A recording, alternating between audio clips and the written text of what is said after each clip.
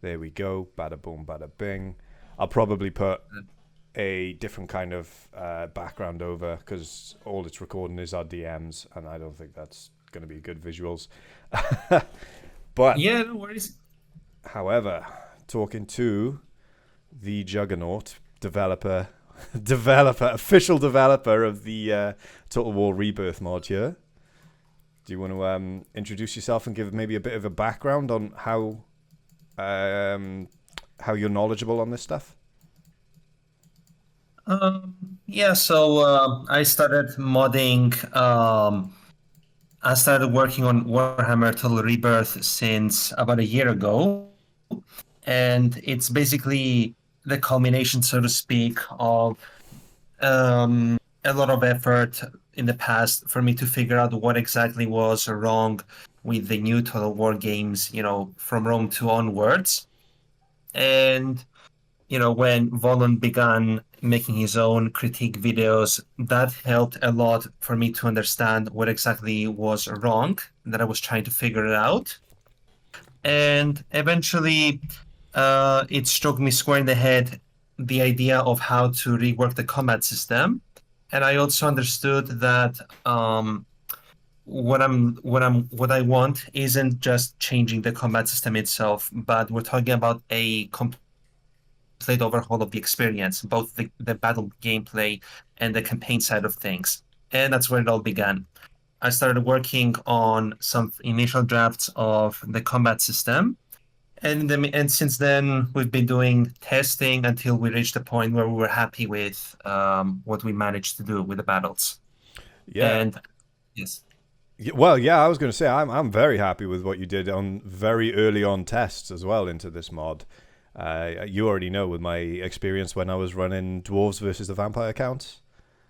Yes, I remember that. Yeah, and I was like, dude, this is like you've overhauled the combat system to make it more like I guess more akin to Shogun 2, a bit more like not physics based because the engine's the engine, I guess, but yeah, just improve the combat overall. And then I was like, dude, this is like leading into lore accurate battles where I couldn't go toe to toe with the vampires because they kept like resurrecting things, and I had to do a suicidal rush to the general, kill him, and that eventually destroyed the whole army, which has never happened in the base game. Like it's weird. It's destroy the army to kill the general type shit going on there. But so that was interesting to me though. What you were saying is like your introduction to this whole thing was purely from frustration with Total War. Like you haven't had any background like coding experience or anything like that. I do have some experience with coding. I'm not a software developer myself, or I never wrote like a program from scratch or anything. I have some experience with working with code, as part of my university degree. I even created a game, an experimental game from scratch using Game Maker Studio as part of like my honors project. And since then, when I was working on some other mods as well for Warhammer 2, I've been using scripting to, write to create some new mechanics that I wanted to do. Um, and yeah, regarding the combat system itself, the idea was, yes, I was going to use, I was going to make the battle system play more like the pre-Rome 2 titles, Rome 1, maybe able to Shogun 2. And I did went back and use Shogun 2 as the framework, the foundation to which I would base the combat system of the mod on.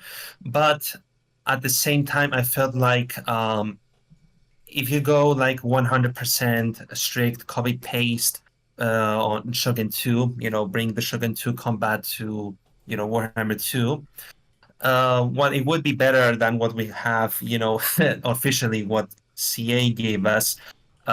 It's not ideal because that would be basically just going back to 2011 games design.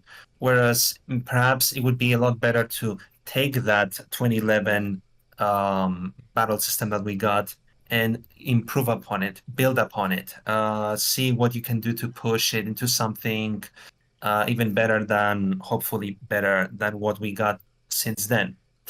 And also, when considering that Warhammer 2 is a fantasy game, with different elements that don't exist in historical titles, like you have your single entity units, you have the flyers, you have magic. You would have to take those on account as well. And, and to make those new elements of the battles play out more naturally, fit with the combat system that is akin to the original titles. Um, I had to examine. I had to better examine exactly what was wrong with some of these things, in vanilla, so I could then tweak it for better balancing. For instance, the notorious single entity units.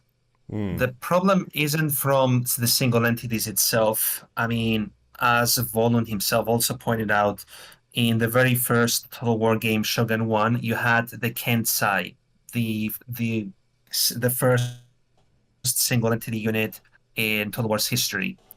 And while that one unit model was really powerful in himself, he could like cut down how many hundreds of enemies depending on how you'd use them. He's only a he's only just a man. So if he takes like one bullet to the head, from gunpowder units, he's dead immediately. That's it. So what I'm saying is that while he was powerful, there was enough counterplay and some and realistic counterplay that it didn't feel unbalanced in any way in favor of the Kent side. Now compare this to Warhammer 2, Total Warhammer's single entity units, where each entity model, single entity, has like thousands of hit points, and basically they're very tanky, and at the same time they can deal a lot of damage while not being able to take as much in return, because let's say if you place them inside a normal infantry unit like swordsmen or great swords, only a few models will be able to strike him at the same time at a time. So only a limited part of the unit's strength is able to fight the single entity and deal damage.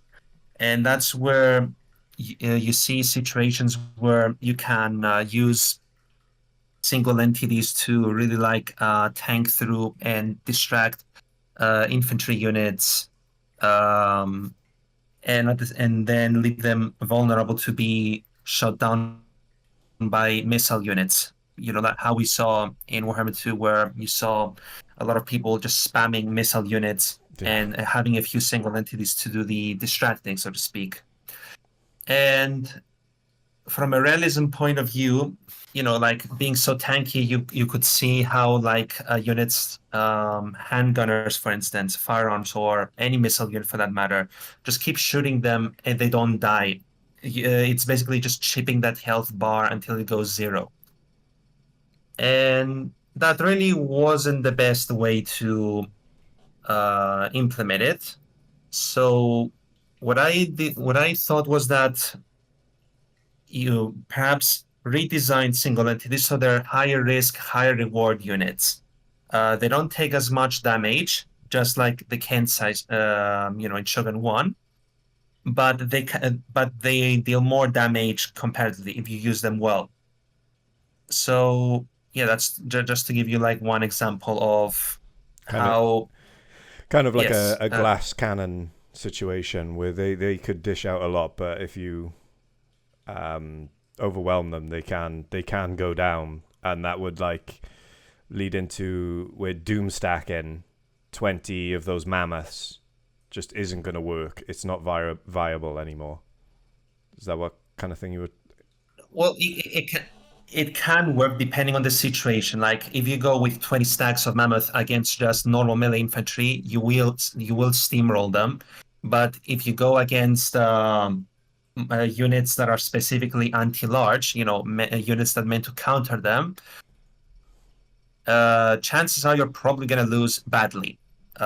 So the idea, and this is the result of the combat system where each unit's strengths and weaknesses are amplified, perhaps even exaggerated, so to speak, for the sake of creating a better sense of a role for each unit. Like you have a unit of spears that's really good at killing cavalry and deal damage to monsters. Not very dissimilar from Yari Ashigaru in Shogun 2, where even one unit of Yari Ashigaru, like the lowest tier anti-cavalry unit, can go toe to toe with the highest tier cavalry unit like Great Guard, and kill lots of other, possibly even an infinite amount of cavalry. So it does what it's supposed to do really well, but when you go against a unit that counters it, it performs a lot worse. Yeah, I see. Um, I see. Okay. yes, Yeah. and that's the kind of combat system I think a lot of people would have preferred. That was basically what defined at least one part of it, the original combat system before it was changed with Rome 2. Hold on. Noise. Yeah, sorry about that. Um, Sorry, I lost my train of thought. In Rome, from Rome 2 onwards, they the thing though is that you don't want a battle that's strictly like place this unit against this and you win, like in Rome 2, where it feels like a trading card game where it's you place this against this and it doesn't reward you specifically for playing well.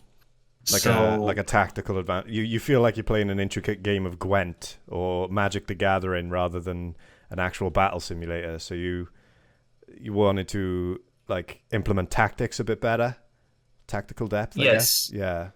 yes. So um, while there was like this rock paper scissors kind of system in the original combat system, it wasn't purely about stats. For instance, you could definitely defeat spears with cavalry if you use tactics such as flanking and um, breaking their morale and causing chain routes. Morale was a very important factor in the older combat system because it enabled you to defeat greater odds without necessarily having to grind that down to the last man, which normally you would not be able to do if you had inferior strength. Something which unfortunately was lost, more or less, in Rome 2 and subsequent titles, the exception being Attila, where it was the last Total War game where they evidently tried to bring back a combat system that rewards you for playing well, even if not quite perfectly. For instance, in Total War Attila, if you kill the enemy general, any enemy unit that you normally would rout, cause to break, would immediately enter shatter. And this would give you like the opportunity to come out favorably from an otherwise doomed situation if you manage to shatter enough units at a reasonable amount of time. Yeah. And fortunately, I was able to bring this system back in Warhammer Rebirth, because looking at the data files, what CA did was basically they added a certain data value here in, the KB rules tables, as it's called. It says here only units with living commanding general may enter non-shatter route enabled. This was initially this was actually disabled by the developer. So the developers deliberately removed this mechanic from Warhammer for reasons I'm not entirely sure, but I assume it's mostly down just for, simplification, because it's a fantasy game and we want it to be more simple to, for the new fan base or whatever to understand. Which more or less, yeah, so basically what it did was just reactivate it, but it really goes on to show that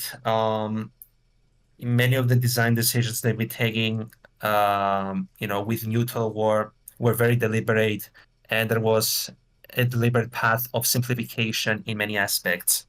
Um, Yeah, so I was gonna and say because your overall access to Total War is like you haven't got the source code and stuff like that. So you're just going through data tables, right? Or is it a bit more complicated than that?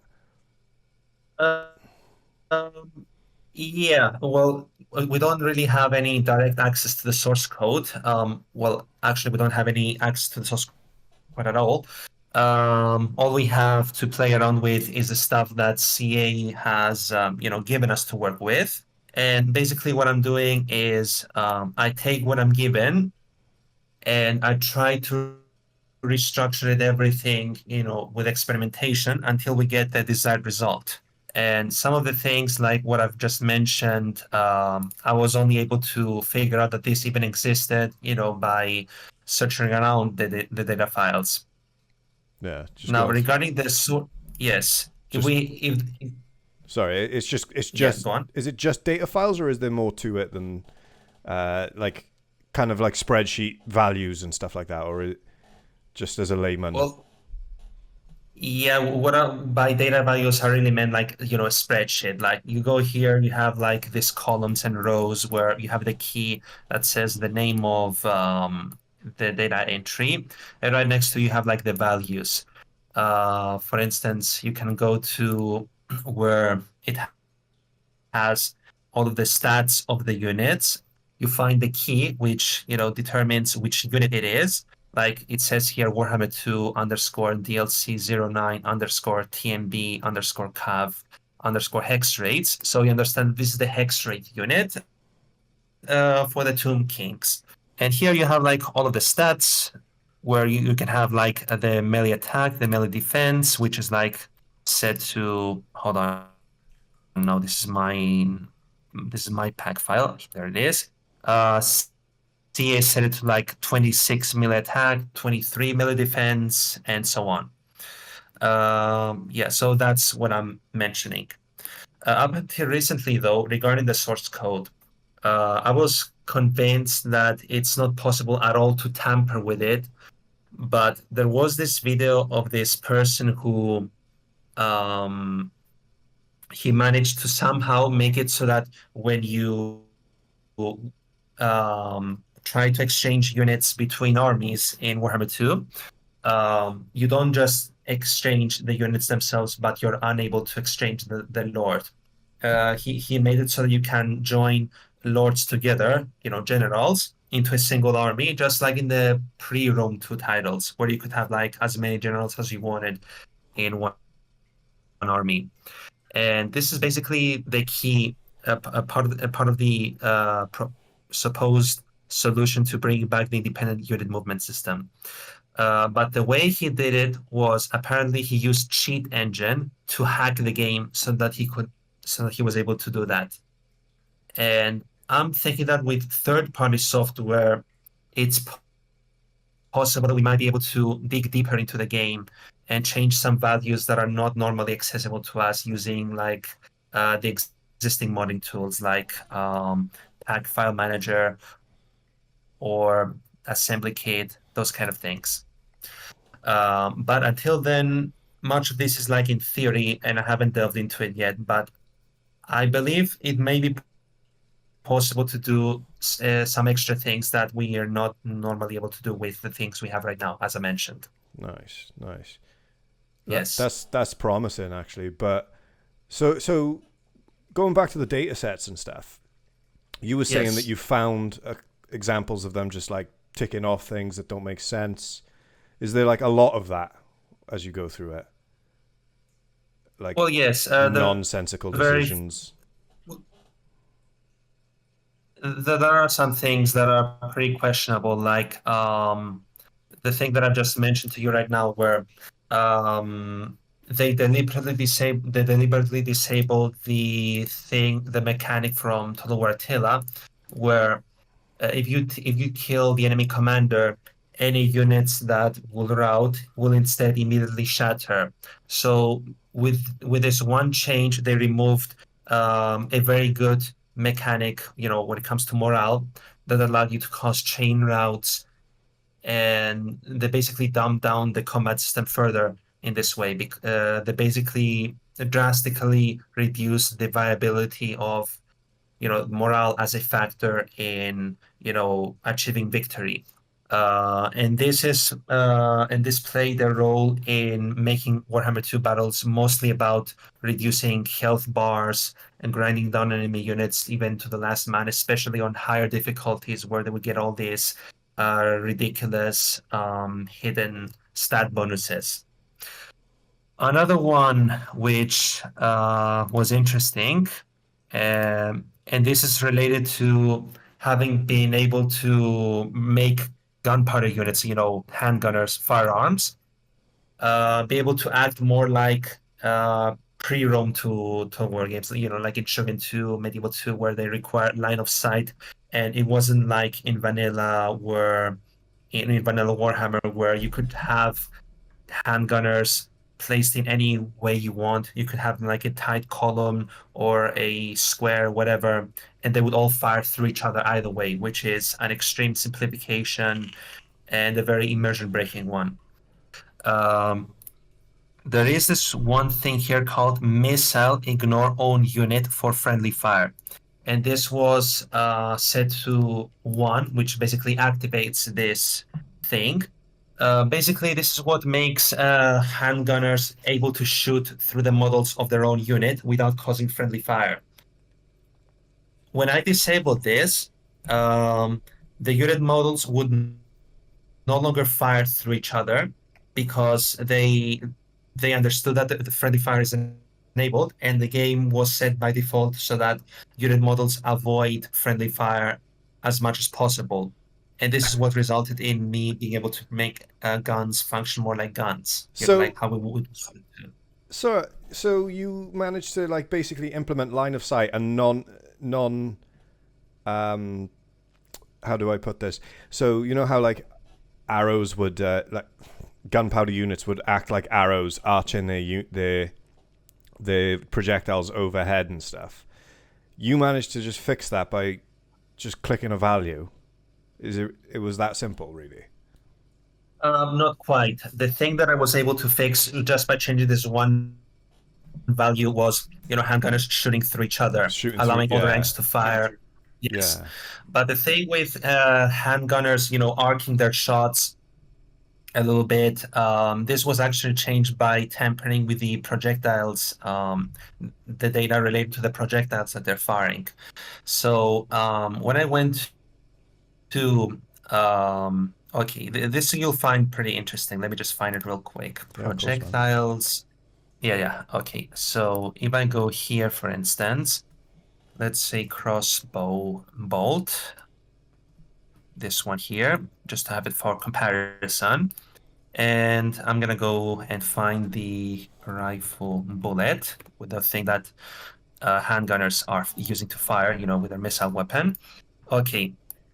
So if I go here, for instance, uh, muzzle velocity, it's basically the speed of the projectile, and this is the handgunners are set to like 100 muzzle velocity, which is like half the value of what it was in Shogun 2, which was 200 when I looked at the data files there. And this played a role in making the bullets feel like they don't have the speed that you would expect them to fire, the power, and they felt like just glorified crossbows. Yeah. Crossbows here have like 45 muzzle velocity, but the thing is, it's still not enough to, really tell the difference. And, with the reduced speed of the projectile, it also makes the arcing a lot more noticeable. You also have the elevation here. Basically, to put it simply, what I did was I changed the speed values of the projectiles that they're firing, as well as the trajectory side, whether they're able to fire a high or low. Um, I copy pasted the values from Shogun 2 basically into the ones of the Warhammer firearms, and it made guns shoot, more straight, not being able to arc their shots like, in vanilla. Make sense? Yeah, yeah. So that's interesting. So it's almost as if the game registers that if a velocity is slow enough that it will act a like an archer with arcing fire, and then if you just increase velocity, the game, the engine itself registers. Oh, these are bullets. Almost, it feels like as if it's like built Uh, in. it it it does, yeah. It's not. I think though it's not just the velocity of the projectile. There's also like the gravity here that I see that's involved, the fixed elevation. There's a lot of technical things here and there that affect the behavior of the projectile. For instance, you also have the mass of the projectile, and the higher the mass, the more likely, for instance, that you're gonna, when you shoot an enemy enemy unit model, it might be pushed back or get stunned. Kind of like what you saw with the heavy gunners in Shogun 2, where one volley of heavy gunners and half of the unit would like drop to the ground before standing back up. Mm. Uh, yes. That's So yeah. So that's kind of actually quite enlightening to me because you are fixing things through a lot of things, especially after playing the mod. You're fixing a lot of problems that me, Voland, Dishonorable Daimyo, a lot of us have with the game, just through data sets and values and stuff like that, through the tables. It's a lot of work that you're doing. Like but my that would make me lead into it then and say, do you think it really is the engine that's the fault? Everyone's like the Warscape engine, the Warscape engine. Is it the engine's fault, or do you think it's actually just a shitload of data values that have been inputted completely wrong and should just could be fixed fairly easily? Here's the thing. I'm sure the engine definitely plays a role in why some things aren't as good as they could have been. I mean, using the Empire, it's the Workscape engine we're talking about, which has been used since Empire Total War, which was released, I think, back in 2009. We're talking about back when Modern Warfare 2 released, a while ago. And even by then, when Warhammer 2 released in 2017, it was pretty. They could have invested in a new engine. I feel it was like outdated. But a lot of the problems that I've noticed, um, that I've been able to fix, it's undeniable to me that it's really down to design, bad, shoddy design decisions. For instance, um, you know, looking at the data values, the way they handled guns, the the data values that they set that determine the behavior of the projectiles that firearms would fire, and comparing them to what they did in Warhammer 2, it really feels like some of the thing. It's really down to them not thinking some things that the decisions they've made as well as they could have. So yes, a lot of the problems I've been able to fix simply by changing data values, in these columns and rows of data things that I'm seeing here. Opening the data files with Pack File Manager. Um, yeah, so basically, a lot of the things are really down to questionable design decisions Yeah. on the part of the developers. Do you think that's a management like it's kind of a side note from the discussion of the technical stuff, but Do you think that's a management decision or a developer problem? Like the developers just either, I don't know. I'm not asking. Um, I might walk that one back. I don't want to have you slam devs because no, no, no. It's here's the thing. I've never had any direct contact with any of the developers, unlike say Volund, who's recently been contacted by a lot of them, anonymously giving him a lot of information that previously we didn't actually have and we couldn't confirm. But generally, a lot of the problems can arise both from management, but also some developers, not doing the job properly. Well, it is down to competency. Um, there's sometimes some design decisions are taken due to time constraints and having to meet deadlines. Looking at the way they designed Warhammer 2, I'm very tempted to believe that a lot of the things they did, with the simplification of certain aspects and this or that, those were taken simply to meet some deadlines, to avoid another Rome 2 situation where I think they were trying to be really ambitious with that one, but they weren't given enough time, and it was released in the infamous state that it released.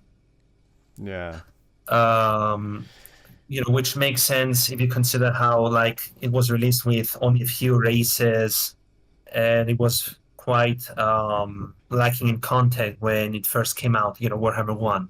yeah, dude, that was mad to me, man. For instance, yes, Yeah, just the four come races thing. again. The four races when the Warhammer 1 came out, that was crazy to me because it's like people keep talking about faction diversity or race diversity, diversity. But ultimately, like as well, when you break it down into the sheer numbers of things, like infantry are infantry, archers are archers, cavalry are cavalry. It doesn't matter that they have cool chaos skins or orc skins. They're all functionally the same unit. Am I right or am I right? Well, sadly, I have to say that you're right, because even with all these supposed mechanics that CA has implemented for different factions, they don't really do that much to make them play out more differently than each other. You could say like you have Clan Molder, which has like this interface with the mutagen lab, where supposedly you can upgrade your units to have this or that, or you have I don't remember what else, but it's basically because the game is so deeply rooted in just making numbers go up, and not having something a little more substantial about the way they play out. um Basically it all races play out mostly the same.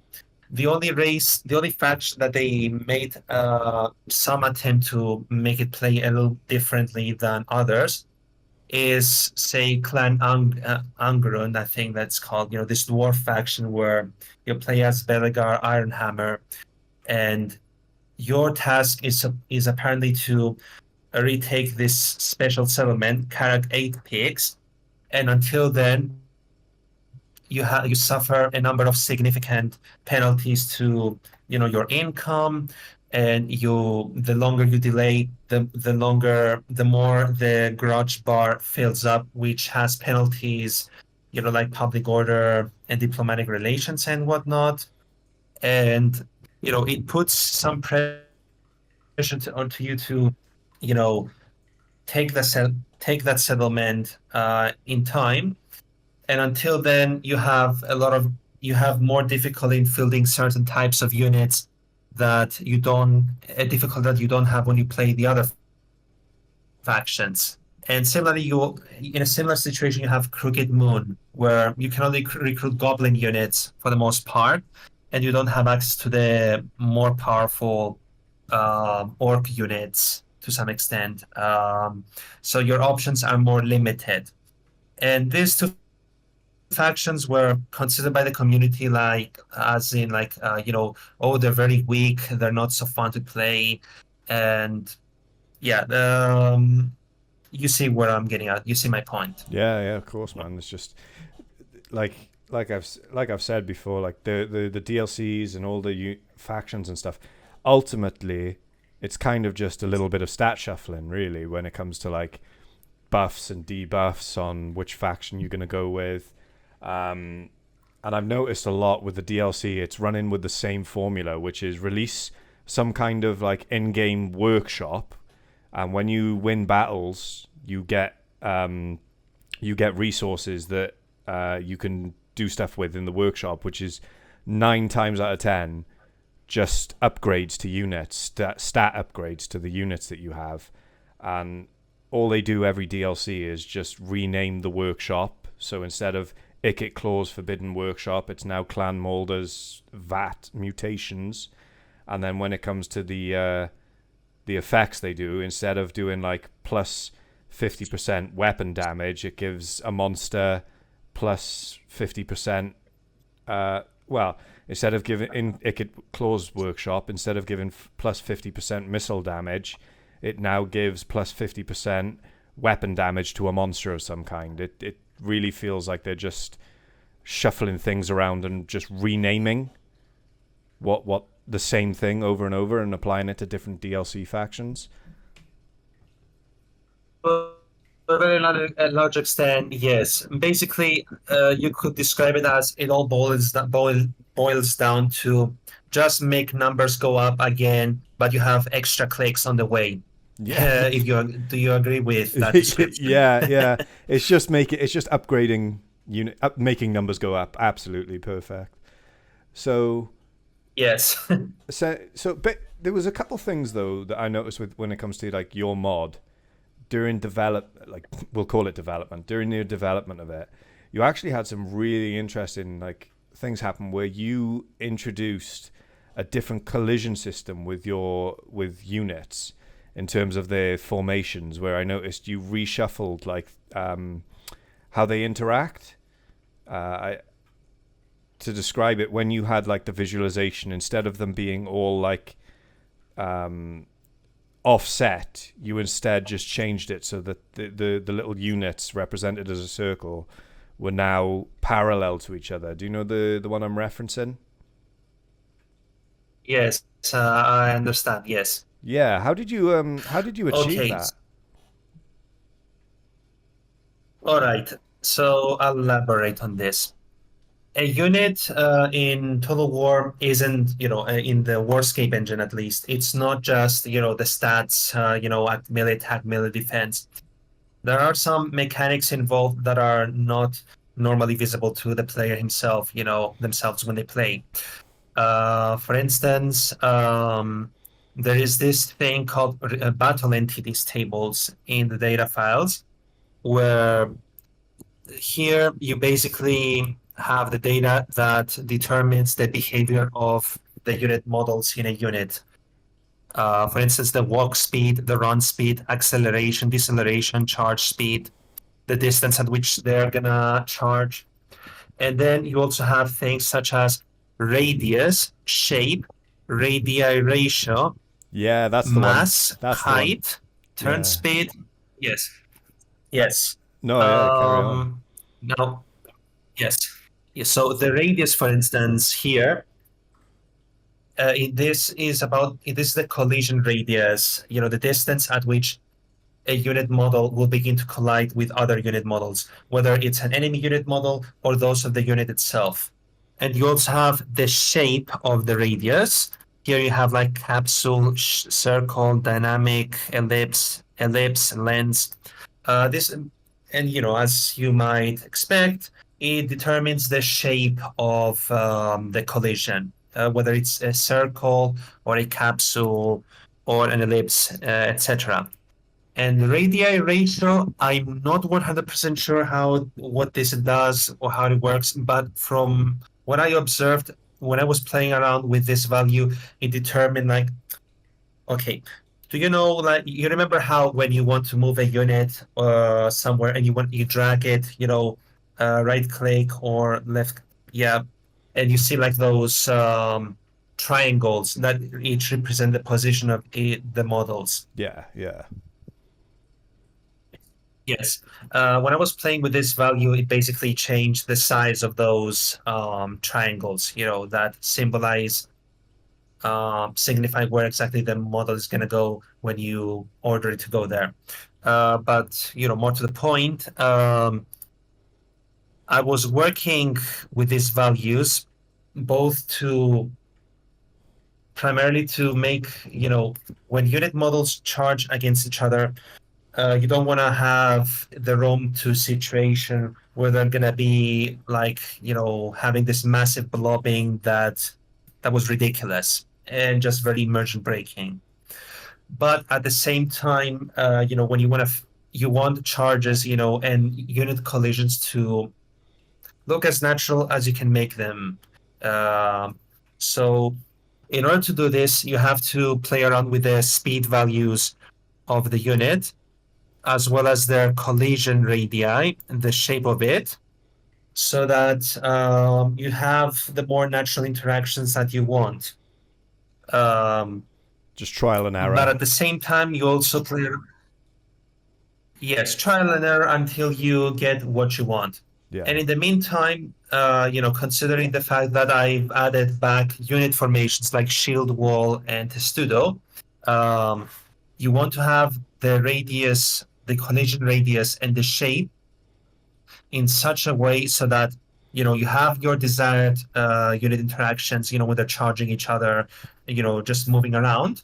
But you don't want but you also want it at the same time to, like, when you activate shield wall, for instance, or testudo, the unit models come closer together and they don't like collide earlier that you want them to, at the greater distance that you want them to, resulting in a chaotic formation that doesn't result a shield wall or a testudo. And yeah, with trial and error with these values, I found the sweet spot, so to speak, where you have the desired interactions with charging and movement, and while at the same time they're able to get into the formations that you want properly, shield wall, testudo, wedge, whatever. And alongside this, you also play with the unit spacings of the units, the distance at which the models are between each other. You want them to, be at a distance that you would want them to for these interactions.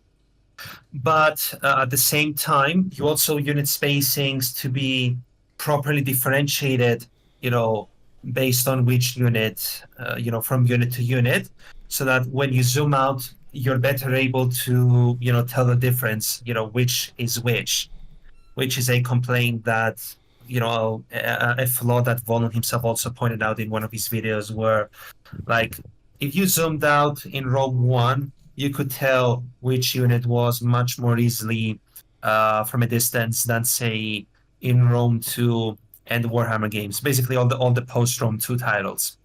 Yeah. And unit spacings help with that as well. Oh, so But, when it comes to, yeah, yeah, sorry. go on, sorry. So what I will say is there's a bit of a delay. So I apologize if I interrupt you mid sentence because I'm trying to interject at the right point. Yeah, But yeah.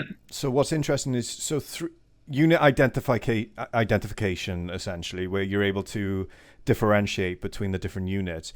That issue where units just look like a bunch of fucking ants intermingling with each other. All of that is just down to spacing, is it? Yes, it's largely down to that. For instance, right now in Rebirth, you have your Empire swordsmen, which are in a tighter formation, and they have to be in a tighter formation so that when I activate Shield Wall, they come close enough so that their shields are, what you would expect to see in a defensive formation. But a unit with great swords, those wielding the 200 swords, um, both from a realistic point of view, because when they swing the great swords, they would want more space, so that they don't accidentally hit the guy right next to them. and also to make them easier to tell apart from a unit of swordsmen, we gave them a more loose formation. So and this resulted in, like, when you zoom out, if you see like the tighter unit, you know that it's probably like a unit of swordsmen or a spearman. And when you see this unit that's more loose, you know that this is a greatsword unit. Make sense? Yeah, yeah. Just instant, easily Yes. identifiable differences. Like, boom, that's a close knit, tight unit. So that's going to be swords, shields potentially. I can use that. That loose screw unit right there. That's going to be dual wielding, two handed swordsman. It's just without having to like click it or mess around, like zooming in. You just have clear identification when it comes to their spacings, which, yeah, it's just so much easier visually to the player. Yes. Well, the truth is, unit spacing is just one factor that helps with identification. Another one, which is down to a visual mechanic, in the game, is that the more you zoom out, the unit model basically switches to a lower LOD, which means level of detail, and this is done to save resources so that the game doesn't get slowed down when you zoom out. But at the same time, when you zoom out at a certain distance, the unit model switch to a certain low level detail thing. I think it's almost like a sprite, I think, where, hold on, let me just look at it real quick. I think I know what you're talking about though, because Uh, it's very like visually yes. significant. Like it's very apparent that when you zoom out, that they turn into little 2D sprites, and you can see the. It's almost as if the entire map, including the units, warps if you zoom out far enough. It's like transforming into a little 2D sprite fest. It's very weird. It's not very smooth transition. I know. Yeah, I know it was 2D sprite in Medieval 2 and Rome 1, I think. But here, I think they just changed it to like it says here imposter. And it says super low poly file name. So I No. think it's like a super low polygon 3D model. But the point that I'm trying to make is that theoretically you can change the visuals of those super low polys to be something that's more immediately recognizable, something that's more, unique to say this unit or that one. I haven't touched on that yet, but I think this is like the very last thing that's required, to more permanently solve the issue of zooming out and not being able to, identify a unit easily. Yeah. So that's Yes. that's interesting. So it's just like you're able to change that, because I thought that would be kind of almost like hard coded in. Yes. Basically, I think you get the idea that when it comes to the overall battle experience, you need to a lot of things are at work at once, and in order to have the desired result, you need to touch upon all of these at the same time. Basically, you're not gonna create the combat system that you want, like something that more resembles Shogun 2 simply by reshuffling stats like melee attack and melee defense. You have things like you know, the the speed values, the collisions, and a lot of other things as well. The spacings as well. Yeah, of course, man. Of course. That's Hello? hello. I'm here. Yeah, yeah. That's that's Yeah, yeah. interesting though, because it's says a lot. This is me dogging on, well, not dogging on people, but is when it comes to overhaul mods, I have noticed a lot of the time it's a lot of just stat shuffling, a few reskins here and there on units, and then just throwing it out and calling it a total overhaul. And it doesn't feel radically different or well thought out at all like yours. Is this, when it comes to the other modders, is this purely just like because they haven't got the time to spend, what was it, 2 years you've spent on this now? Is it just a massive time sink to I really think, properly overhaul this game? well, we're getting to 2 years, yes. But okay, so here's the thing. I haven't played that many Overhaul mods myself, all these years that I played Total War. So I don't think I'm able to give like a 100% accurate, you know, how should I call it? Assessment? Take on this, but Yeah. assessment, yeah, that's the right word. But what I can say is that, well, it is down to competency. Like, some modders might be more experienced or just better at it than others.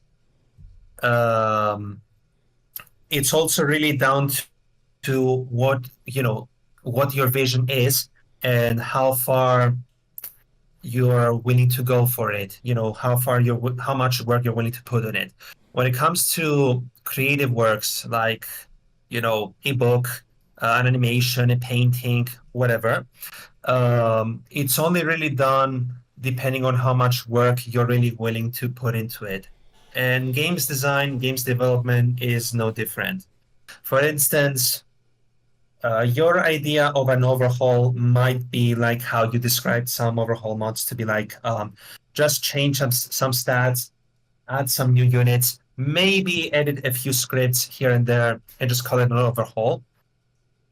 Uh, but for someone else, a true overhaul experience is something that radically changes everything. To give like a more extreme example, Yeah. um, yes. I would say So what it's really down to, I yeah. would sorry, yeah, I would say what you're doing is a true overhaul.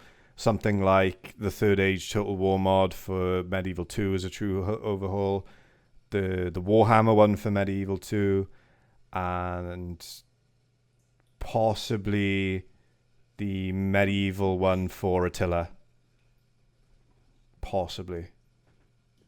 Yes. Dividend Impera, I think, is also a pretty drastic overhaul in that, Yeah. they've added a population mechanic, they've added the supply lines mechanic, those sort of things. Um, but and here's the thing, there's a lot of things at play, as I've mentioned earlier, that determine what you call the total war experience.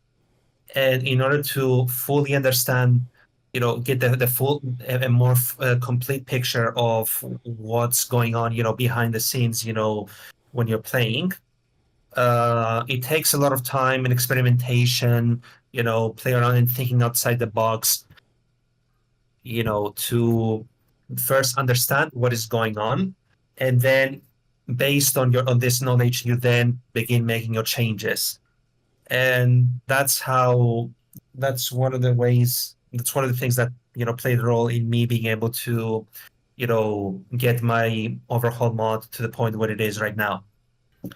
um but originally, when I was trying to overhaul the combat system, I was going with the presumption that I should make the combat system play largely by playing by the way CA designed it, like how you have double-digit stats, for instance, in the combat system. Like it wasn't in Shogun 1, Shogun 2, for instance. A unit with 13 melee attack was considered very strong, but in a game like Total War Attila or Warhammer 2, 13 mil attack is considered piss poor and a very low value because of the way the combat system, is designed around double digits instead of single digits. I was going with that, and and immediately I thought that it was just changing melee attack and melee defense. Um, but I didn't get the result that I wanted in the end, and it was through trial and error, and also you know carefully listening to what other people who are perhaps more knowledgeable about the design flaws of the newer Total War games. Most notably Volan's critique videos, as I mentioned earlier, Yeah, for sure. and at the same time, I realized that it's also down to examining what older games did to get it right. And that's when I went back to Shogun 2, looked at the data files of that game, and that's where I got a lot more insight as to how the combat system in that game worked, and I got a better understanding of what exactly was going on that didn't function as we intended to.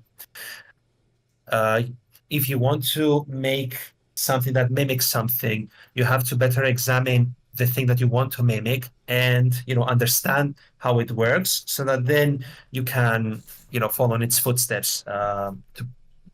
To put it that way. Yeah. And I feel like this may be something. I'm almost certain that this is something that the guys who work on the mods that you described, where they are overhaul mods supposedly, but they're more like reshuffling of what's more or less the same experience. I'm not gonna say anything specific. Um, they go in with similar presumptions that as I've described, but at the same time, they may be just people who you know they enjoy the combat system that CA created with, say, Warhammer 1, Warhammer 2, and they're not really motivated to change it to something that resembles the older games. Like I said, it's really down to your vision of what you want to create and what you're trying to achieve, and how far and what you're willing to do to go for it, to achieve it. Yeah. Yeah. No, that's interesting. Like, it is kind of what you say there, because it is probably their vision, and from my standpoint, when it comes to an overhaul mod, it would have a drastically different feel. So, just changing a few things to, like you say, get the same experience, but maybe like slightly altered, only slightly. It doesn't feel like an overhaul mod to me, but I guess it is to each their own. Um, what I would ask next, though, Yes. yeah, what I would ask next is like this.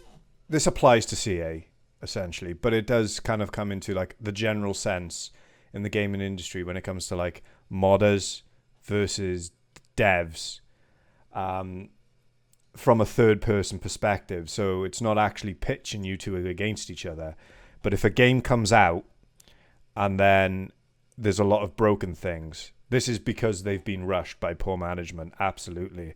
But then it when it comes to the subsequent patching, so there's like things that are broken in the game, and it will take them months and months and months and months to address it in a patch, whereas a modder, like such as yourself, can fix it in a week. Is there any actual like rational explanation as to why that is? Because I see a lot of online discourse about it, and I don't want to trust random YouTube commenter 349. I would rather get it from someone who's actually has experience like you. Is there any explanation as to why it takes companies months to address bugs that modders can fix in a week, sometimes, maybe even less? Oh, yes, I understand where you're getting at. Okay, so here's the thing. As I've mentioned, I'm not a professional programmer myself, not a software engineer, and never have I worked, at least yet, at a game studio or somewhere where, as a programmer. But what I can say is that okay, so yes, like we said, a game can come out quite pretty a lot of with a lot of broken things because of poor management.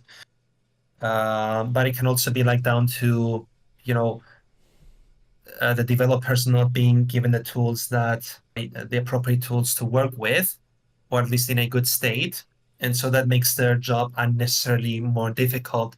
that it needs to be, but when it comes to, say, for instance, why it takes them so long to get patches out, and even, like how we see with the Warhammer 3 situation.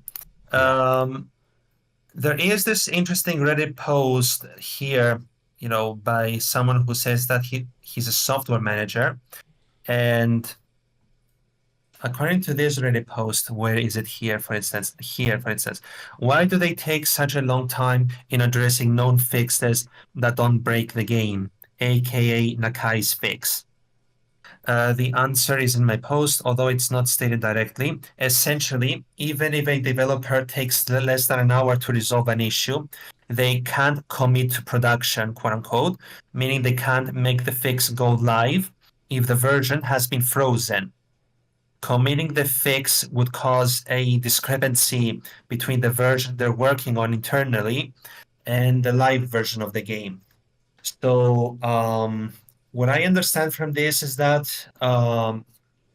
even for relatively simple fixes that a person like a modern like myself can do in like within even minutes, maybe, it takes them longer to go live, from that's on the side of the developers, not necessarily because, they're lazy or incompetent or this or that. Uh, just like me, they might be able to fix it within minutes, but due to problems with the version that is live and some other policies, it takes them longer, to upload those changes, to go live and for us to get the patches that we want. Does this make sense? Yeah. Yeah. Definitely.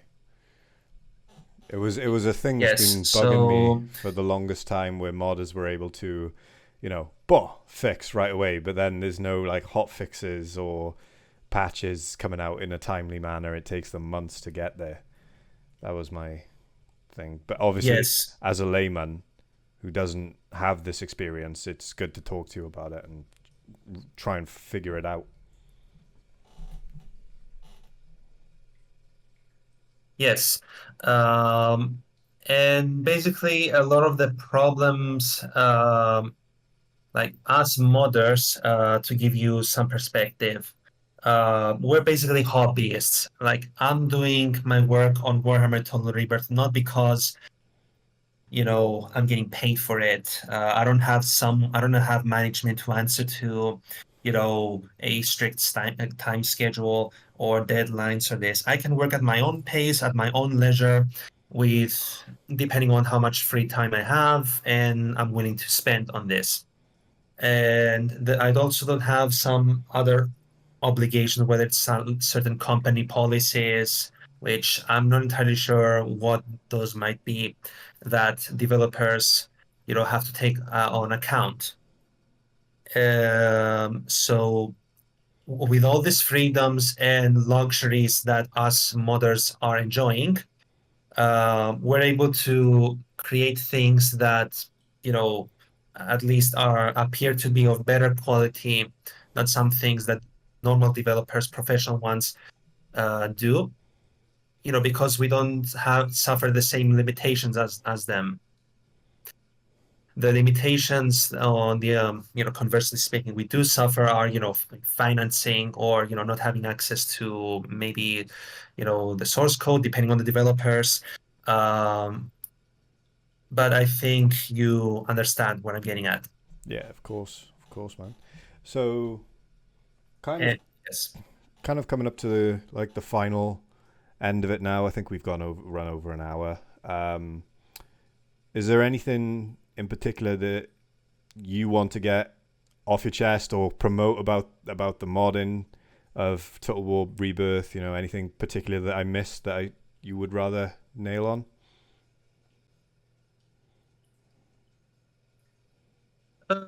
What could I say? Yes, Warhammer Total Rebirth, it's still an ongoing project, and it's probably gonna take a long time until it reaches completion. I mean, it took us like over a year until we reach, it's, until we achieve a battle system that we're happy with for the most part. At this point, it's mostly down to just rebalancing this or that in case we find something that's a bit overtuned or undertuned. We're working on the campaign side of things as well.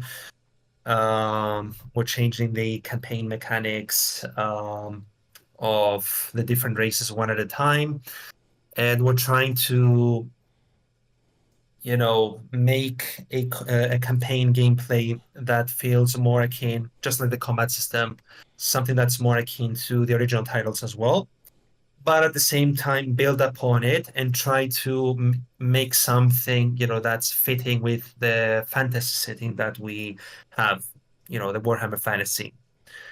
Um, Now, currently, we're working on the more safe changes, quote unquote. That is the ones that we can do simply by making changes to, data entries, just like the combat system, and the more radical changes, such as hopefully bring back the independent unit movement system, or say the planned medieval 2 recruitment pool system. If you remember how that worked, That would be those will be sick. left for later. That would be very, very Come cool. again? That would be very cool. Yes. Rebirth, you could say it's probably an overambitious project, and and that's okay because the thing is, um, I never, s- I would rather just lay down all of the ideas that I want, for my ideal Total War experience, and try to work to get to implement as many of them as realistically feasible so we can get the best possible experience that we can get. There's no promise, there's no guarantee that we'll be able to recreate all of the things that we want to do, but I'm willing to try and do that.